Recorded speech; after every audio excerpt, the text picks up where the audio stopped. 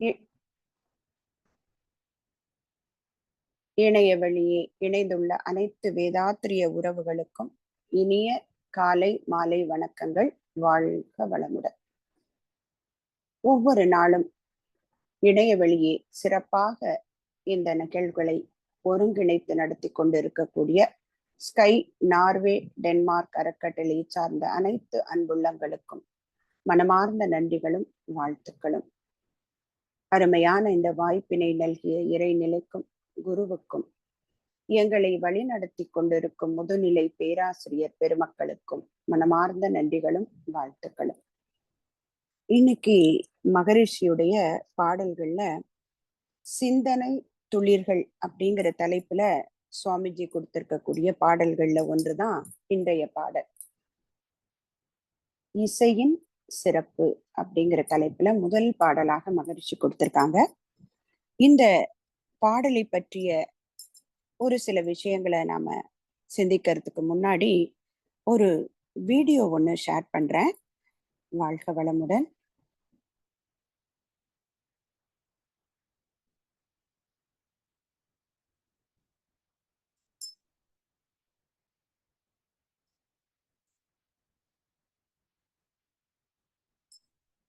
கேக்குதுங்களா வீடியோல?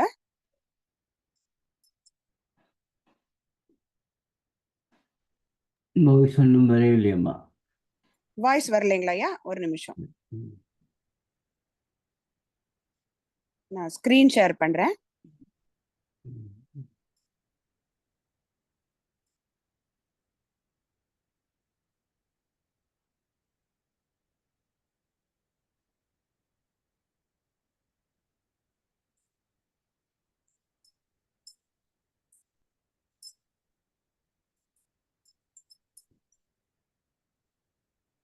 Clap your hands.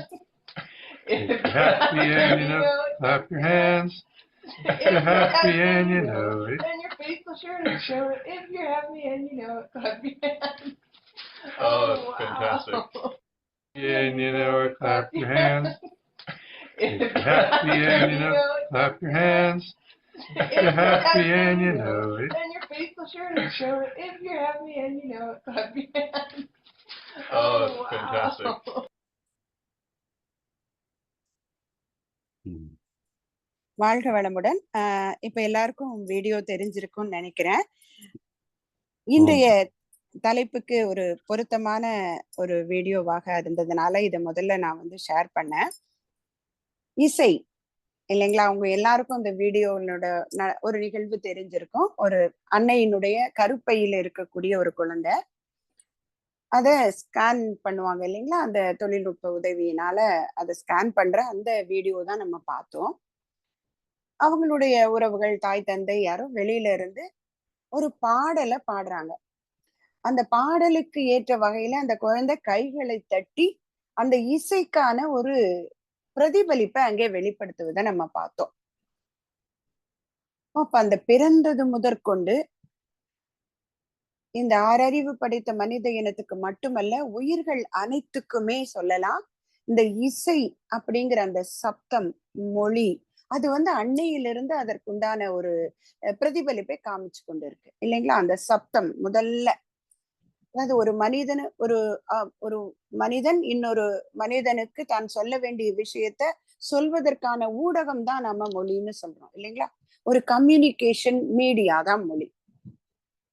ஆனா அந்த மொழியை புரிந்து கொள்ளக்கூடிய அறிவு ஓரறிவு தாவரத்திலிருந்து இருக்கு. இதை விஞ்ஞானம் ஒத்துக்கொள்கிறது. அதற்கான ஆராய்ச்சியும் செய்து பார்த்திருக்காங்க. அப்படிப்பட்ட ஒரு இசை என்பதற்கான தாக்கம் நாம பிறந்ததுல இருந்தே இருக்கு நமக்கு. அதுதான் இந்த வீடியோ காமிக்குது இல்லைங்களா? அதாவது ஒரு கருப்பையில் இருக்கக்கூடிய, கருவறையில் இருக்கக்கூடிய குழந்தை வெளியே நடக்கக்கூடிய அனைத்து விஷயங்களையும் ஒரு 4 மாதங்கள் தொடங்கி இருக்கும் போதே புரிஞ்சுக்குது அப்படின்னு சொல்றாங்க. இப்ப சாதாரணமா நாம குழந்தைகிட்ட பேசும்போது அந்த குழந்தைக்கு மொழி தெரியாது அப்படின்னு நினைச்சுக்கிட்டு நாம ரொம்ப கொஞ்சி கொஞ்சி பேசுவோம். இதை பற்றி தென்கட்சி சுவாமிநாதன் ஐயா ஒரு இடத்துல குறிப்பிடுறாங்க, அது தேவையே இல்லை. அது தாய் தந்தை உறவுகள் யாருன்னு அந்த குழந்தைக்கு தெரியாதே ஒழிய, நினைக்கவும் ஒரு 4 மாதத்திலிருந்து அந்த குழந்தையுடைய சுற்றுப்புறத்துல பேசக்கூடிய அனைத்து சப்தங்களும், அந்த பேசக்கூடிய மொழி, அதனோட ஆக்சென்ட் அப்படின்னு சொல்றோம் இல்லைங்களா, உச்சரிப்புகள் அனைத்தையுமே அந்த குழந்தை கிரகித்துக் கொள்ளுமா. புராணங்கள் சொல்லுது இல்லைங்களா, பிரகலாதன் அதே போல மகாபாரதத்திலையும் சொல்லுவாங்க, அபிமன்யு வயிற்றுக்குள்ள இருக்கும் போதே இறை தத்துவத்தை சொல்ல சொல்ல அந்த குழந்தை கொட்டி கேட்டதாக சொல்றாங்க. அது கதை அல்ல, நிஜம்தான். அதை இன்னைக்கு இந்த வீடியோ நமக்கு ப்ரூவ் பண்ணிருக்கு. அப்படிப்பட்ட இசை எவ்வளவு சிறப்புடையது அப்படிங்கிறத மகரிஷி இன்றைய பாடல்ல ரொம்ப அழகா விளக்குறாங்க.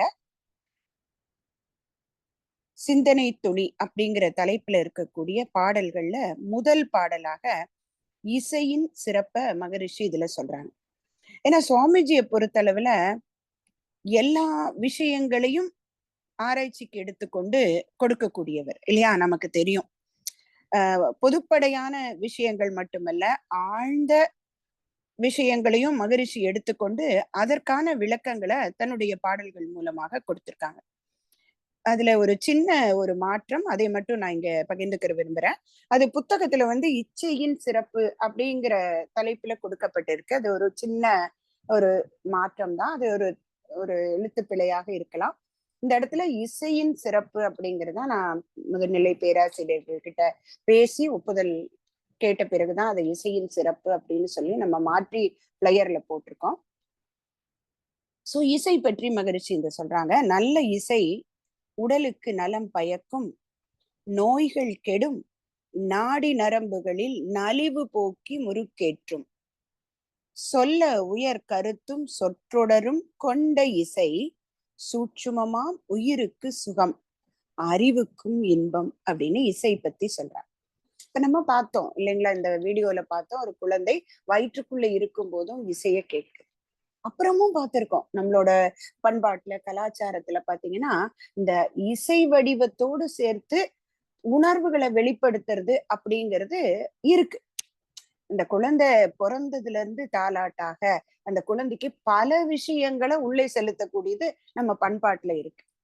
ஒரு குழந்தை அழுதா கூட பாடுவாங்க தெரியுமா, ஏன் அழற, அழாத அப்படிங்கிறதோட உணர்வுகளையும் சேர்த்து சொல்லுவாங்க. அத்தை அடித்தாலோ அரளிப்பூ தண்டாலே, மாமன் அடித்தானோ மல்லிகை பூ செண்டாலே, இதுல கூட அவர்களோட உணர்வு வெளிப்படுது அப்படின்னு சொல்றாங்க. ஒரு தாய் பாடுவதாக தாலாட்டு அமைக்கப்பட்டிருக்கு. அதுல அத்தைங்கிறவங்க யாரு, கணவனுடைய உடன் பிறந்தவர் இல்லைங்களா. அதை எப்படி குறிப்பிடுறாங்க பாருங்க, அவங்களோட பரிகள்லயே அத்தை அடித்தாலோ அரளிப்பூ தண்டாலே. அரளிப்பூ தண்டு எப்படி இருக்குங்க, கொஞ்சம் கனமா இருக்கும் இல்லையா, அதை கொண்டு அத்தை ஒண்ணு அடிச்சுட்டாளா. அடுத்தவர் என்ன சொல்றாங்க, மாமன் அடித்தாலோ மல்லிகை பூ செண்டாலே. மல்லிகை பூவோட செண்டு அப்படின்னா எவ்வளவு சாஃப்டா இருக்கும். அங்கேயே தன்னோட உணர்வுகளை தன்னுடைய மனதுல தோன்றக்கூடிய கருத்துக்கு ஏற்ப வித்தியாசப்படுத்தி பாடல்கள் எழுதியிருக்காங்க. இது சும்மா நம்ம நகைச்சுவைக்காக சொல்லப்படுகின்ற ஒன்று. ஆனா ஆராய்ச்சி செய்து பார்த்தா மனிதனுடைய பிறப்பு முதல் இறப்பு வரை இசை ஒரு மிகப்பெரிய இடத்தை எடுத்திருக்கு இல்லைங்களா, இது நமக்கு தெரியும். நம்முடைய ஆழியாறு அறிவு திருக்கோயில்ல 2002 வருடம் உலக அமைதி கருத்தரங்கு நடந்தது, வேர்ல்டு காங்கிரஸ். அதுல பல மகான்கள் வந்திருந்தாங்க, பல மருத்துவர்கள், தத்துவ மேதைகள், பல இயக்கத்தை சார்ந்தவர்கள் எல்லாரும் வந்திருந்தாங்க. அந்த 3 நாட்களும் கருத்தரங்குகள் நிறைய நடைபெற்றது. அதுல நம்முடைய ஒரு இயக்கத்துல முக்கியமான பொறுப்பெடுத்து கொண்டிருக்கக்கூடிய டிஐஜி கார்த்திகேயன் ஐயா அவர்கள் சிபிசிஐடியில இருந்தாங்க. நம்ம எல்லாருக்கும் தெரியும், மறைந்த பிரதமர் ராஜீவ்காந்தி அவர்களுடைய அந்த கொலை வழக்குல முக்கியமான ஒரு அதிகாரியாக இருந்தவர் டிஐஜி கார்த்திகேயன் ஐயா அவர்கள். அவருடைய ஸ்பீச்ல ஒண்ணு கோட் பண்ணாரு. ஐயா வெளிநாடுகள்லாம் போகும்போது ஸ்பெயின் பக்கத்துல இருக்கக்கூடிய ஒரு கிராமம், அந்த கிராமம் பாத்தீங்கன்னா ஒரு தனிப்பட்ட ஒரு கிராமமாக, அவங்களுக்குன்னு ஒரு கரன்சி கூட கிடையாது, ஆனா தனி லாங்குவேஜ், தனி ஸ்கிரிப்ட் இருக்கு அவங்களுக்குன்னு. ஒரு சின்ன நாடு. அந்த ஸ்பெயின் பக்கத்துல இருக்கிற நாட்டுக்கு ஐயா போயிருக்காங்க. அங்கே வந்து இருக்கக்கூடிய இயற்கை, அவங்களோட கலாச்சாரம் இதெல்லாம் பார்க்கும்போது அங்கே குகைகள்ல நிறைய பெயிண்டிங்ஸ் எல்லாம் இருக்குது. அதை பார்த்திருக்காங்க. அதுல பார்த்தோம்னா முருகருடைய படமானது அங்கே குகைகள்ல வரையப்பட்டிருக்கான். முருகப்பெருமானுடைய படம். ஐயா அதை குறிப்பிட்டு சொல்லிட்டு அதோட அவங்களோட ஆராய்ச்சி, அந்த அங்க இருக்கக்கூடிய ஒரு சில ஆராய்ச்சி மாணவர்கள் அவங்களோட ஐயாவுக்கு தொடர்பு இருந்திருக்கு. அவங்கள எல்லாரையும் அந்த வேர்ல்டு காங்கிரஸ்க்கு கூட்டிட்டு வந்திருந்தாங்க ஐயா. அவங்க நடத்த போற நிகழ்வுக்கு முன்னுரை கொடுத்தாங்க கார்த்திகேயன் ஐயா. அப்ப சொல்றாங்க, அவங்க அதாவது இந்த உலகம் முழுவதும் இருக்கக்கூடிய கலாச்சார பண்பாடு ஒரு காலத்துல ஒன்றா இருந்தது. கண்டங்களாக பிரிய பிரிய பிரிய நாம தனித்தனியா நாடு, இனம், தேசம், மொழி என்று வேறுபட்டுட்டோம். ஆனா பாத்தீங்கன்னா எல்லாம் ஒன்றுதாங்கிறத அங்க நான் பார்த்தேன் அப்படின்னு சொல்லிட்டு அவங்களோட ஆராய்ச்சியை பத்தி சொல்லிட்டு அந்த ஆராய்ச்சியை அங்க நடத்தினாங்க. அவங்க என்ன ஆராய்ச்சி அப்படின்னு பார்த்தா, பிளான்ட்ஸ், அதாவது தாவரங்கள் இசைக்கு ரெஸ்பாண்ட் பண்ணுகிறது அப்படிங்கிறது அவங்களுடைய ஆராய்ச்சி. அதற்கான ஒரு ஆராய்ச்சி நிகழ்வை அவங்க நடத்துறாங்க. எப்படி அவங்களே பிளான்ட்ஸ் எல்லாம் நிறைய தாவரங்களை செடிகளோட வச்சு அதை பிராக்டிஸ் பண்ணிட்டு இவங்க ஒரு மியூசிக்கை பிளே பண்ணிட்டு அந்த எப்படி நம்மளோட இசிஜி இஇஜில எப்படி நம்மளோட கனெக்ட் பண்ணிட்டு அந்த மிஷின் நம்மளோட உடம்புல இருக்கக்கூடிய அலை இயக்கத்தை படம் எடுக்கிறதோ வெளிப்படுத்துகிறதோ அது மாதிரி ஒரு ஒரு ஒரு டிவைஸோட இணைச்சிடுறாங்க. எப்படி பாசிட்டிவ் நெகட்டிவ் டெர்மினலாக அந்த தாவரத்தினுடைய வேர்லையும் தண்டுலையும் கனெக்ட் பண்ணிட்டு இசைய பாட பாட அந்த நிகழ்வுல அந்த மியூசிக் ஓடுது. அதை கேட்க கேட்க அந்த பிளான்ஸ் ரெஸ்பாண்ட் பண்ணுச்சு. ஆனா இதுல ஒரு பெரிய முக்கியமான விஷயம் என்ன அப்படின்னு சொன்னா, சாதாரணமா அவங்க அதற்கான பிளான்ஸை வந்து பிராக்டிஸ் பண்ணி கொண்டு வருவாங்களாம் எப்போதும் எங்க போனாலும். இங்க நமக்கு நம்மளோட அறிவு திருக்கோயிலுக்கு வரும்போது அவங்க அதை எடுத்துட்டு வர முடியல. அதனால அவங்க என்ன பண்ணினாங்க, இங்க நம்ம அறிவு திருக்கோயில் இருக்கக்கூடிய தாவரங்களை செடிகளை எடுத்து அதை வச்சு பண்ணினாங்க. அப்ப அது கொஞ்சம் எதுக்கும் பிராக்டிஸ் வேணும் இல்லைங்களா, அது அதற்கு ஏற்பு திறன் கொஞ்சம் வரணும். சோ முதல்ல பாடல் போட்ட போது அங்க ரெஸ்பான்ஸ் இல்லை. உடனே அவங்க என்ன சொன்னாங்க, நீங்க எல்லாரும் அங்க கிட்டத்தட்ட நம்மளுடைய அருள் அரங்கத்துல 1000 பேருக்கு மேல உட்கார்ந்துருக்கோம். அத்தனை பேருக்கும் ஒரு சின்ன ஒரு விஷயத்த சொன்னாங்க. கண்களை மூடி உங்கள் மனதின் மூலமாக அன்பையும் கருணையும் அப்படியே வேவ்ஸா அனுப்புங்க அந்த பிளான்ட்ஸ்க்கு அப்படின்னு சொன்னாங்க. இப்ப நம்ம எல்லாம் பஞ்சபூத நவகிரக தவம் இயற்றி பழகி இருக்கோம். அதன் மூலமாக அந்த அன்பை, அந்த கருணைய, அந்த பிளான்ட்ஸுக்கு கொடுக்க வேண்டிய அந்த ஆற்றலை எல்லாரும் கண்களை மூடி, பிளான்ட்ஸுக்கு என்ன தேவை, சூரிய வெளிச்சம் வேணும், நீர் வேணும் இல்லையா, அப்ப அதை கொடுப்பது போல இந்த பாடலும் ஒலித்துக்கிட்டு இருக்கு. இந்த கண்கள் மூலமாக மூடிக்கொண்டு எண்ணத்தின் மூலமாக இசையாக அந்த எண்ணத்தை அனுப்ப அனுப்ப அந்த ஆங்கிலத்துல இசையில சொல்லுவாங்க இல்லையா, மேஜர் ஸ்கேல் மைனர் ஸ்கேல் அப்படின்னுட்டு. இப்ப நம்மளோட இதுல இசையில ஆரோகணம் அவரோகணம்னு சொல்றோம் இல்லையா, அதை போல அந்த நோட கனெக்ட் பண்ணிருக்கக்கூடிய அந்த இசைக்கருவியில் சப்தம் அதிகரிச்சது. எவ்வளவு பெரிய விஷயம் பாருங்களேன். மகரிஷி இன்னைக்கு எழுதியிருக்காங்களே, உள்ளுக்குள்ள சூட்சுமமாம் உயிருக்கு சுகம். அந்த இசை அந்த உயிருக்கு சுகத்தை கொடுத்து வெளிப்படுத்தும், அறிவுக்கு இன்பத்தை கொடுக்கும். அது அங்கே அன்னைக்கு நிஜமாக அங்கே ப்ரூவ் செய்யப்பட்டது. அப்ப இசை என்பது எல்லாருக்குமே ஒரு அமைதியை கொடுக்கக்கூடியது இல்லைங்களா. நம்ம ஒரு திரைப்படத்துல பார்த்ததுதான், இருந்தாலும் அது ஒரு உண்மையான ஒரு நிகழ்வு தான். தான்சேன் அப்படின்னு சொல்லக்கூடிய ஒரு இசை மேதை, அவரோட நாட்டுல அரசனுடைய இளவரசிக்கு ஏதோ ஒரு நோய், அவங்கள அத்தனை வைத்தியர்களும் பாக்குறாங்க, அவரால காப்பாற்ற முடியல. அப்ப இவர் இசையின் மூலமாக அந்த பாடலை அந்த ராகங்கள்ல பாட பாட பாட அந்த பெண்மணியினோட உடம்புல இருக்கக்கூடிய நோய் குணமாகி அவங்க நார்மலுக்கு வந்துட்டாங்க.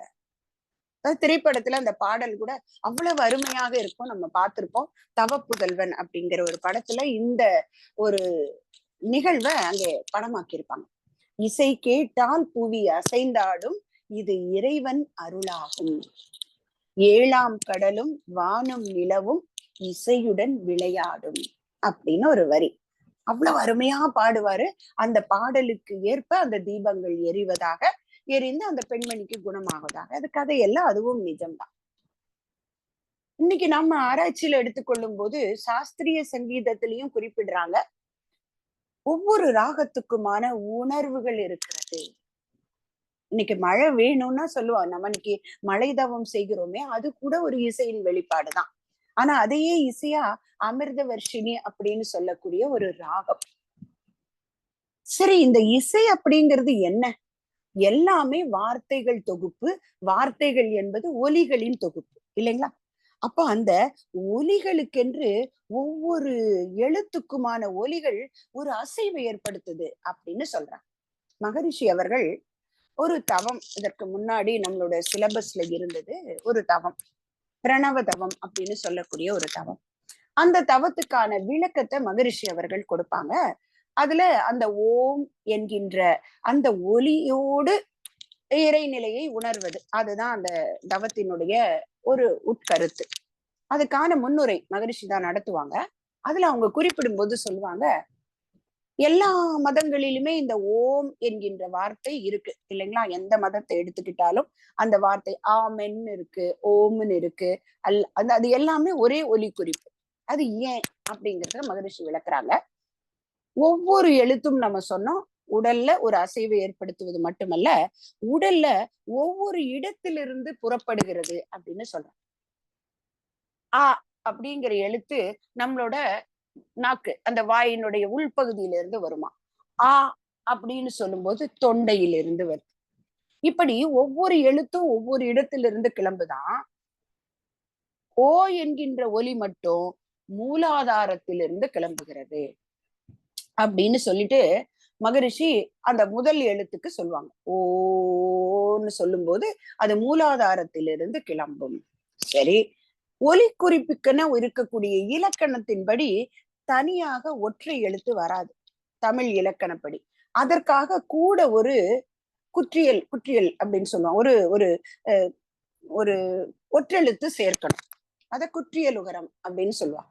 அப்படி இம் என்கின்ற மகரத்தை சேர்க்கிறாங்க. ஓ என்கின்ற எழுத்தோட இம் என்கின்ற மகரம் சேர்கிறது. அப்ப மகரிஷி சொல்லுவாங்க, அத அந்த ஓம் சொல்லும் போது அதை அப்படியே நம்மள சொல்ல வைப்பாங்க. அந்த ஓ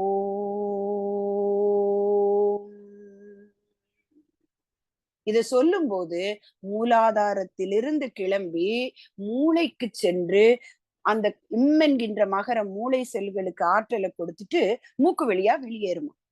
இது நம்ம எல்லாருமே ஒரு முறை சொல்லி பார்க்கலாமே.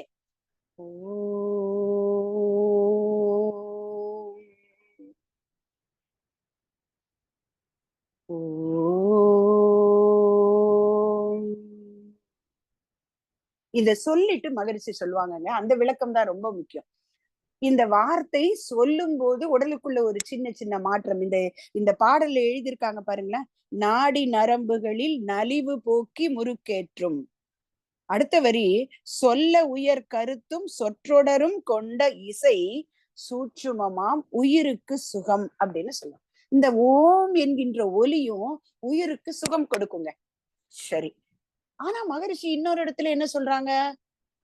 அன்பும் இல்லாமல் ஒன்றுமே இல்லாத ஒன்று அது இருளாக மௌனமாக இச்சையின்றி தேவையின்றி இருப்பது. அங்கே மௌனம் தான் இசை. இறைவனுடைய மொழி மௌனம். அப்ப அந்த மௌனத்தை உணர்வதற்கு என்ன சொல்லுவாங்க? இப்ப ஓவ கழிச்சிடுங்க அப்படின்னு சொல்லுவாங்க. கழிச்சுட்டா என்னது? அந்த இம்மையும் கழிச்சிடுங்க அப்படிம்பாங்க. அது என்னது? அதுதான் மௌனம், அதுதான் பிரணவம் அப்படின்னு சொல்லிட்டு சுவாமிஜி சொல்லுவாங்க. இந்த பிரணவத்துக்கான பொருளை சிவபெருமானுக்கு தெரியாத போது முருகக்கடவுள் சொன்னதாக சொல்றாங்க. நான் உங்களுக்கு சொல்லி கொடுத்துறேன் அப்படின்னு அந்த வார்த்தையை சொல்லுவாங்க. அப்படி அந்த இசை வடிவத்தின் மூலமாக அந்த இறைவனையே உணரக்கூடிய ஒரு விஷயம்தான் மகரிஷி நமக்கு கொடுத்தது. அப்ப அந்த இசை எவ்வளவு முக்கியமானது. அந்த இசையின் மூலமாக இப்ப இன்னைக்கு நமக்கு எல்லாருக்கும் பிரம்மஞானம் மகரிஷி உணர்த்துறாங்க. மௌனமாகவே இறைநிலையை உணரக்கூடிய தன்மை வந்துடுச்சு. ஆனா அது எல்லாருக்கும் முதல்லயே வருமா? அப்ப நம்பிக்கை வழியில இருக்கும்போது உருவ வழிபாடு கூடவே இசை மந்திரங்கள் என்று சப்தத்தின் மூலமாகவும் நமக்கு தவத்தை தான் கத்துக் கொடுத்தாங்க. அப்ப மந்திர உச்சாடனங்கள் பாடல்கள் இதெல்லாம் எங்க கொண்டு போச்சு?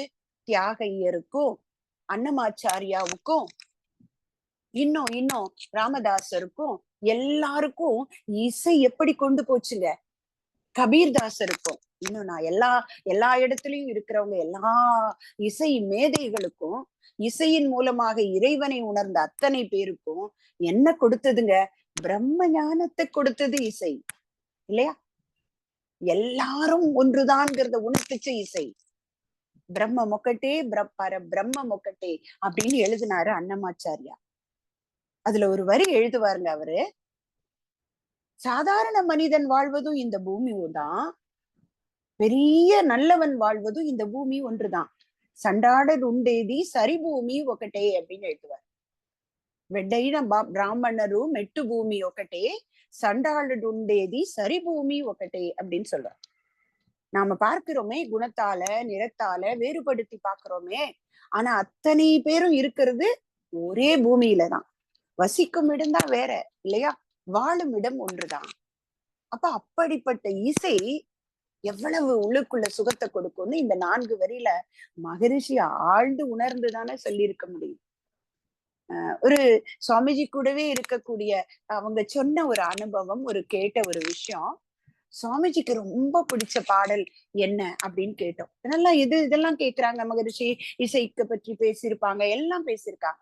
ஆனா இன்னைக்கு இருக்கக்கூடிய இந்த திரைப்பட இசைகளை பத்தி பேசும்போது அத சுவாமிஜிக்கு எது பிடிக்கும் அப்படின்னு கேட்டபோது ஒருத்தர் சொன்னாங்க, அந்த ஜீன்ஸ் அப்படிங்கிற திரைப்படத்துல வரக்கூடிய பூவுக்குள் ஒளிந்திருக்கும் கனி கூட்டம் அதிசயம், வண்ணத்து பூச்சி உடம்பில் ஓவியங்கள் அதிசயம், அதுல ஒரு வரி வரும் இல்லைங்களா, குருநாதர் இல்லாத குயில் பாட்டு அதிசயம், அந்த பாடல் மகரிஷிக்கு ரொம்ப பிடிக்கும் அப்படின்னு அவங்க சொன்னாங்க. அப்ப இசை மூலமாக இறைவனை பல பேர் பார்த்தாங்க. அப்ப அவங்க பார்த்த அந்த இசை எவ்வளவு வல்லமை வாய்ந்ததுன்னு மகரிஷி நமக்கு சொன்னார். 7 ஸ்வரங்கள் தானே இந்த இசைக்கான ஆதாரமாக இருக்கக்கூடியது. 7 ஸ்வரங்கள் நம்ம பார்த்திருக்கோம்.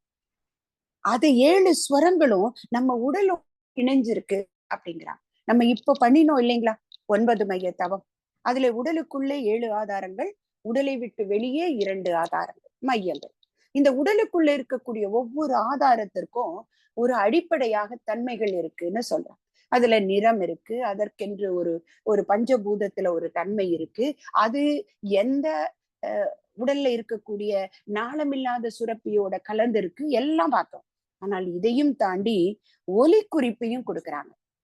7 ஸ்வரங்கள் மூலாதாரத்திலிருந்து சரி கமா பாதனி, நான் சரியா சொல்றேன்னா தெரியாது, இசை தெரிஞ்சவங்க தயவு செய்து மன்னிக்கணும் என்ன. ஏன்னா இத ஒரு ஒரு ஒரு நிகழ்வுல ஒரு ஆராய்ச்சி பண்ணும்போது கிடைச்ச ஒரு விஷயம். அப்போ நான் கொஞ்ச நாள் பாட்டு கத்துக்கிட்டு இருந்தேங்க, ஒரு 7-8 வருஷம் முன்னாடி வரைக்கும். எனக்கு கத்துக் கொடுத்த அன்பு உள்ளமும் மனவளக்கலையில பிரம்மஞானம் வரைக்கும் முடிச்சவங்க. அவங்களும் நானும் நிறைய இத பத்தி பேசும்போது ஒரு நாள் இந்த ஆராய்ச்சி எடுத்துக்கிட்டோம். அப்ப பாத்தீங்கன்னா நீங்க பாட்டு கத்துக்க போனோம்னாலே ச ப ச சொல்லுவாங்க இல்லைங்களா? எல்லாருக்கும் தெரியும். 7 ஆதாரத்தையும் 7 ஸ்வரமும் சொல்றதை விட இந்த 3 தனித்தனி இடங்கள்ல ச ப ச, அந்த 3ம் அதனுடைய ஸ்வரஸ்தானத்துல நிக்கணும். அப்போ நான் ஒரு நாள் சொன்னேன், மகரிஷி அவர்களோட இந்த 9 மைய தவத்துல மூலாதாரம் என்பது ச, அடுத்தது ரே க ம, அந்த பா என்பது அடுத்தது ஒரு ஆதாரம், அது அநாகதமாக வரும். அடுத்தது நீ மேல போகும்போது மேல் சாவுக்கு போகும்போது துரியம், ஏன்னா திரும்பி இறங்குவோம் இல்லைங்களா அவரோகணத்துல மேல் சால. அப்ப அந்த சா பா சா சொல்லும் போது அந்தந்த ஆதாரங்கள்ல மனசு வச்சுட்டு சொல்லும் போது ஸ்வரசானம் சரியா வர்றத அவங்க பார்த்தாங்க. அப்போ எவ்வளவு மகரிஷி கொடுத்த தவமும் நம்முடைய முன்னோர்கள் கண்டுபிடிச்ச அந்த உடலில் இருக்கக்கூடிய ஆதாரங்களுக்கான விஷயமும் இசையும் ஒன்று சேர்ந்திருக்கு. அப்ப இதோட நிறைய நம்ம இசை பற்றி பார்த்துட்டோம், மன்னிக்கணும் டைம் பார்க்கல. இப்போ கடைசியா ஒரு விஷயத்த சொல்லி நிறைவு பண்ணிக்கிறேன். மகரிஷி சொல்லக்கூடிய அத்தனை விஷயங்களும் உடலுக்குள்ளே இருக்கக்கூடிய நோய்கள் கெடும், நல்ல இசை உடலுக்கு நலம் பயக்கும் பார்த்தோம். நோய்கள் கெடும், நாடி நரம்புகளில் நலிவு போக்கி முறுக்கேற்றும். இந்த வார்த்தைக்கான ஒரு நிஜமான சம்பவம் இப்போ நடந்து கொண்டு இருக்கக்கூடிய ஒரு இசை நிகழ்ச்சி, ஒரு சேனல்ல நடக்கிறது. அந்த இசை நிகழ்ச்சி நீங்க எல்லாரும் கூட இப்ப பார்த்திருப்பீங்க. சமீபத்துல 2 வாரமாக தான் ஆரம்பிச்சிருக்காங்க. குழந்தைகளுக்கான இசை நிகழ்ச்சி. அது போட்டி அதெல்லாம் விட்டுறலாம் நம்ம. ஆனா அதுல தேர்ந்தெடுக்கப்பட்ட குழந்தைகள்ல ஒரு சிறுவன் 10-12 வயசு இருக்கலாம். அந்த பையனுக்கு இந்த நரம்புகள்ல வரக்கூடிய கோளாறு இல்லைங்களா, அதுதான் நம்ம நோயாக பாக்குறோம். அந்த குழந்தைக்கு ஒரு டெங்கு ஜுரமும் டைபாய்டு ஜுரம் 2ம் ஒண்ணா வந்திருக்கு. அதனால ஏற்பட்ட பாதிப்புனால நரம்புகள்ல இருக்கக்கூடிய கோளாறுனால இந்த ஸ்டாமரிங் அப்படின்னு சொல்லுவோம் இல்லைங்களா, பேச முடியல, திக்கி திக்கி பேசுறான் அந்த குழந்தை. அந்த குழந்தை போட்டிக்கு வந்திருக்குங்க. அப்ப முதல்ல கேக்குறாங்க, உன் பேர் என்னன்னு கேக்குறாங்க. அந்த குழந்தையால பேரே சொல்ல முடியல. ரொம்ப வருத்தமாக வலிச்சது. பார்த்தவங்களுக்கு எல்லாருக்கும் அந்த அனுபவம் இருந்திருக்கும். என்னடா ஒரு குழந்தைக்கு பேர் சொல்ல முடியலையே. அப்ப உடனே கொஞ்ச நேரம் பொறுத்து சொன்னாங்க, உனக்கு பாடும்போது இது வருகிறதான்னு வரல. உடனே சரி பாடு அப்படின்னு சொன்ன உடனே ரொம்ப அருமையா பாடினாங்க அந்த குழந்தை. இந்த சிந்து பைரவி படத்துல வரக்கூடிய ஜேசுதாஸ் ஐயா பாடின ஒரு பாடல். அது ஒரு சாதாரண ஒரு ஜனரஞ்சகமான ஒரு பாடல் தான். அதுலயும் இசை இருக்கு இல்லைங்களா, தண்ணீர் தொட்டி தேடி வந்த கண்ணு குட்டினான்னு ஒரு பாடல். அவ்வளவு அழகா பாடி முடிச்சுட்டாங்க. அந்த குழந்தைய அவங்க போட்டியில தேர்வு செஞ்சுட்டாங்க. அப்புறம் ஒரு கேள்வி கேக்குறாங்க, பதில் சொல்ல முடியல. அப்போ அந்த நடுவர் இருக்கக்கூடிய ஒருத்தர் சொல்றாரு, தம்பி நீ பேசும்போது உனக்கு திக்குது, பாடும்போது திக்கல் இல்லையா, நீ என்ன பண்ணு, கேள்விகளுக்கு பதில பாட்டா சொல்லு அப்படின்னாரே பார்க்கணும். உடனே அந்த பையன்கிட்ட நீ எந்த ஸ்கூல் படிக்கிற அப்படின்னு கேட்ட உடனே அவன் அத பாடலா சொன்னான். அவர் லேடி செக்ரட் ஸ்கூல் திருவொற்றியூர். எனக்கு அப்படியே மனப்பாடம் ஆயிடுச்சுங்க அந்த வரி. அதற்கப்புறம் 2-3 கேள்வி கேக்குறாங்க. அந்த பையன் பாடலோடையே கேள்வியே சொன்னான். இப்ப மகரிஷி இன்னைக்கு சொல்றாங்களே, இசை மேல இருக்கக்கூடிய ஆர்வம், நல்ல கருத்துடைய சொற்றொடர்கள்ல இருக்கக்கூடிய அந்த அழுத்த பதிவு, உடல்ல நோய் மட்டுமில்ல, நாடி நரம்புகளில் இருக்கக்கூடிய பிரச்சனையை தீர்க்கும். இப்ப அந்த பையனுக்கு 12 வயசுதான். இன்னும் பாடல பாட பாட பாட இந்த நரம்புகள்ல ஏற்படக்கூடிய பிரச்சனை கண்டிப்பாக தீரக்கூடிய வாய்ப்பு இருக்கு இல்லைங்களா. அதனாலதான் நிறைய இசைய ஒரு மருந்தா பாக்குறாங்க. வயிற்றில் இருக்கக்கூடிய குழந்தைக்கு இசை மிகப்பெரிய மாற்றத்தை உண்டு பண்ணும். அதற்கான ஒரு சில சம்பிரதாயங்களை வச்சு வீணை வாசிப்பாங்க, பாட்டு பாடுவாங்க. மகரிஷி எழுதிய பாடல்களுக்கு இசை அமைக்கும் போது சொன்னாங்களா, குற்றால குறவஞ்சின்னு ஒரு பாடல் உண்டு, நம்ம எல்லாரும் படிச்சிருக்கோம். திரிகூடராசப்ப கவிராயர் அவர் எழுதின பாடல்களுக்கு ஒரு மெட்டு உண்டு. அந்த மெட்டு நிறைய மறைஞ்சு போச்சு, வழக்கொழிஞ்சு போச்சு. அதனால அந்த மெட்டிலேயே நம்முடைய பாடல்களை பாடலான்னு பிரம்மஞான பாடல பாடுறோம் இல்லைங்களா, இறைவெளியே தன்னிருக்க சூழ்ந்த எழுத்தும் மாற்றல். இது கூடராசக்கூடிய குற்றாலக்குறவஞ்சி மெட்டு. எங்கள் மலை அம்மே அப்படின்னு வரும் அந்த பாட்டு. சோ அப்போ மகரிஷி எழுதி இருக்கக்கூடிய இந்த 4 வரிகள், அதற்குள்ள இருக்கக்கூடிய சூட்சுமம் இன்னைக்கும் நாம பார்த்துக்கிட்டு இருக்கோம். இன்னைக்கு நமக்கு தவமும் ஒரு இசையே, அகத்தாய்வும் ஒரு இசையே. அந்த இசைய நமதாக்கி கொள்வோம், நாமும் முன்னேறுவோம், சூட்சுமமாம் உயிருக்கு சுகம் தருவோம் என்று கூறி வாய்ப்புக்கு நன்றி பாராட்டி அமைகிறேன். நன்றி. வாழ்க வளமுடன்.